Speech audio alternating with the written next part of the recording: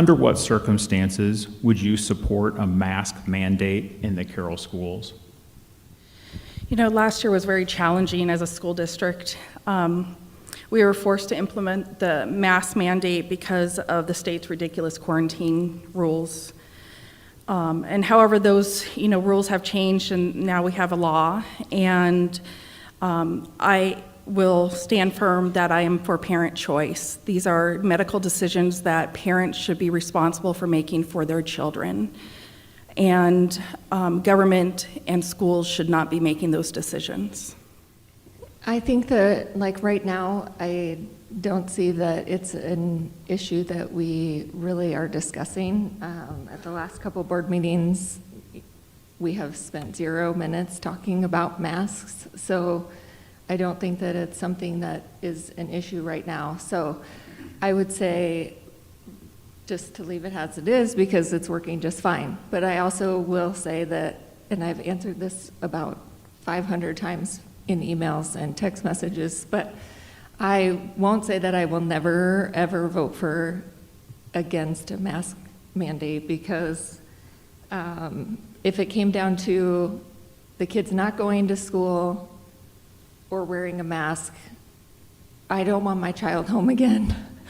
I mean, I love them to death, but I do not want them home again. I do not want it impeding their education to be at home with me instead of at school with their great teachers. So they need to be in school. If that means that they would have to wear a mask, then at that moment, that's when I would vote for that mask. But I do not think that it's going to come up.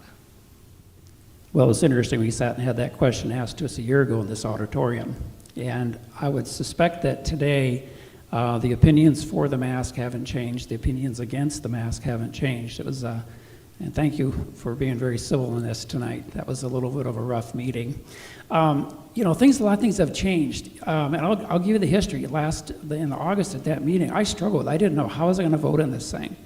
There was so much we didn't know about what was coming out. The pandemic had hit there in March. We stopped school overnight on a Sunday night, and it was done. And then we got into that fall, and there wasn't a lot of COVID issues through that summer, but as we got into the fall, we knew what was starting to happen.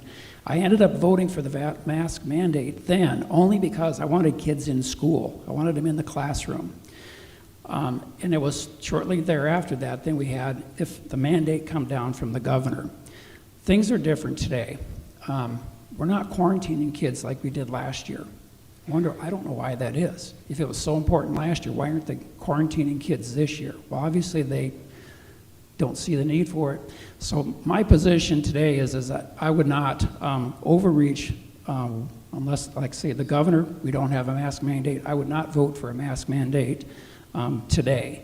If a governor is brought down to us from that situation, obviously then yes, we're going to be in compliance with those guidelines. It is still a recommendation to wear. Depends. It's on the situation. It all depends on the situation. If we need to mandate, so we have to make sure that everything that's forced us to mandate, it's already there. So we don't have any choice. We don't have choice, so we have to do it. But if we don't have to, in that case, we have some kids that are underlying condition, stuff like that. So I don't want to send my kid to school and get any, what do you call it, disease. Or if my son, I know my son has this kind of disease and send him to school and transmit to other kids. So this one has to come from the parents. We have to take responsibility about this stuff. So it's all depends on the situation. We mandate if we have to. If we don't have to, why would you do that?